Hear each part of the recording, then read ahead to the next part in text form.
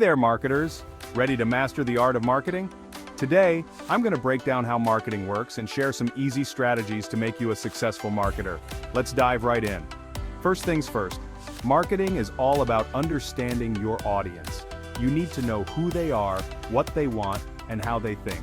Think of it like this. You're a detective and your job is to solve the mystery of what makes your customers tick. Use tools like surveys, social media insights, and analytics to gather clues about your audience's preferences and behaviors. Now on to the fun part, strategies. One of the simplest yet most effective strategies is content marketing. Create valuable, relevant content that answers your audience's questions or solves their problems. This builds trust and positions you as an authority in your niche. Blog posts, videos, infographics, mix it up to keep things interesting. Next up, social media marketing. Social media platforms are a goldmine for reaching your target audience. Post regularly, engage with your followers, and use hashtags to increase your visibility. Remember, consistency is key, and don't forget to experiment with different types of content like live videos, stories, and polls to see what resonates most with your audience. Email marketing is another powerful tool in your arsenal. Build an email list by offering something valuable like a free ebook or a discount. Then send personalized emails to nurture your leads and keep your audience engaged.